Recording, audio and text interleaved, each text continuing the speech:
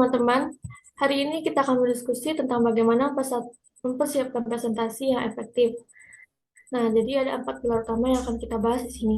Yang pertama yaitu memahami tujuan, menganalisis audiens, mempersiapkan slide, dan terakhir melaksanakan presentasi. Nah, di sini aku akan membantu diskusi dan harapannya semua bisa berbagi pendapat dan pengalaman masing-masing. Jadi gimana menurut kalian, setuju nggak? Setuju banget, Kai. Presentasi memang salah satu hal penting, apalagi untuk tugas kuliah dan nanti di dunia kerja. Benar, Salwa, kalau presentasi tidak dipersiapkan dengan baik, kadang malah bikin kita jadi gugup atau kehilangan arah. Pernah ngalamin hal kayak gitu, jadi menurut saya diskusi ini pasti bakal sangat membantu. Oke, bagus kalau gitu. Nah, mari kita mulai dari pilar pertama yaitu.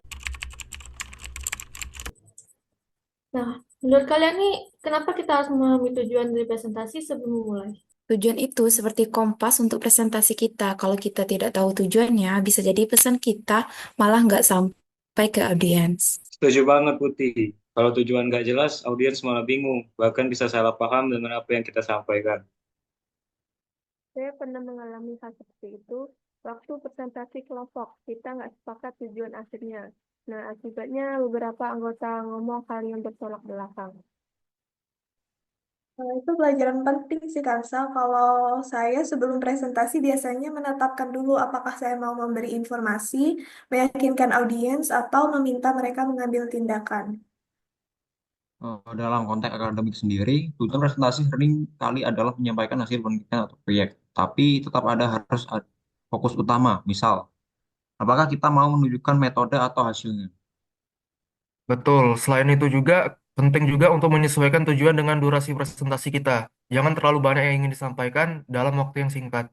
Tambahkan, tujuan juga bisa membantu kita mengukur kesuksesan presentasi kalau audiens memahami poin utama kita. Artinya presentasi berhasil. Oke, bagus sekali teman-teman. Jadi memahami tujuan presentasi itu membantu kita menentukan konten, struktur, dan hasil yang ingin dicapai. Oke, selanjutnya ke pilar kedua yaitu Nah, menurut kalian apa sih manfaat memahami audiens sebelum presentasi? Maksudnya kalau kita paham dengan audiens, kita bisa menyesuaikan cara penyampaian kita. Misalnya kalau audiensnya mahasiswa, kita bisa menggunakan bahasa yang santai tetapi tetap formal. Betul banget, Mutia. Selain itu, kita juga bisa memilih materi yang relevan. Audiens lebih tertarik kalau materi yang kita sampaikan itu sesuai dengan kebutuhan atau minat mereka. Menghadapi audiens yang sangat teknis, tapi materi saya terlalu umum. Mereka jadi kurang tertarik.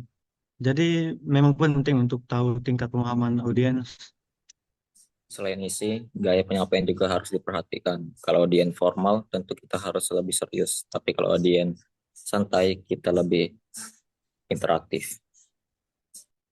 Jangan lupa memahami audiens juga membantu kita memprediksi pertanyaan yang mungkin mereka ajukan. Ini membuat kita lebih siap saat sesi tanya jawab.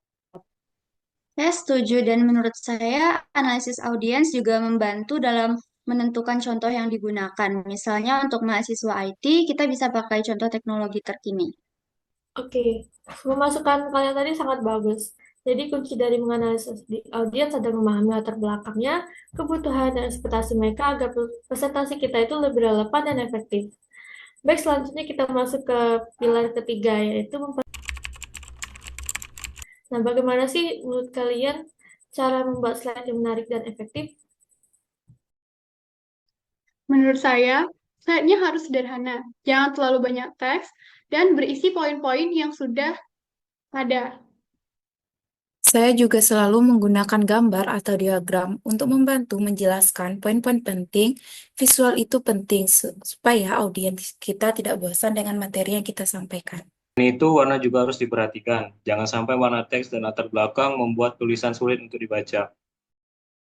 Saya pernah membuat kesalahan dengan memasukkan terlalu banyak animasi di dalam slide. Audiens malah terganggu dan fokus kepada teralihkan. Menurut saya, font juga penting. Saya biasanya pakai font yang sederhana seperti Arial atau Calibri dan ukurannya cukup besar supaya mudah untuk dibaca.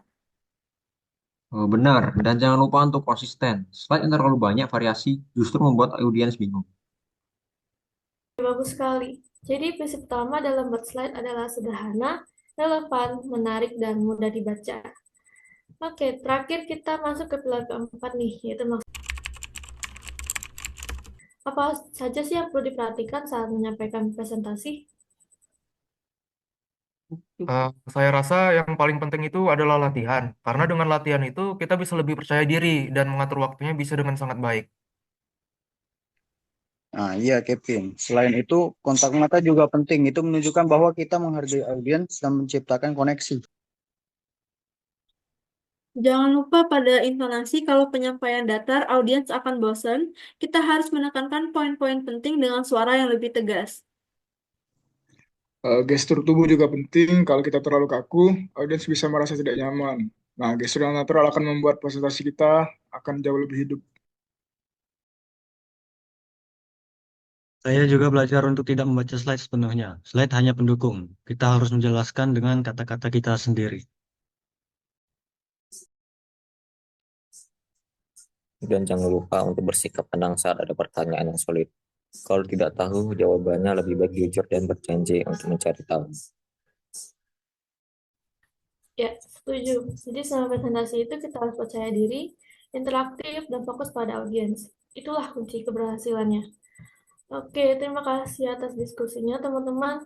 Kita telah membahas 4 pilar penting dalam persiapan presentasi, yaitu memilih tujuan, menganalisis audiens, persiapkan slide, dan melaksanakan presentasi. Sini aku harap ini bisa membantu kita semua saat harus melakukan presentasi, baik di kampus maupun di masa depan.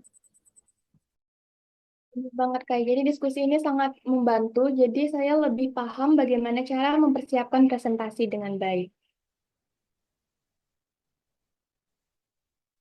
Saya juga merasa ini berguna. Terima kasih semuanya atas masukan dan idenya.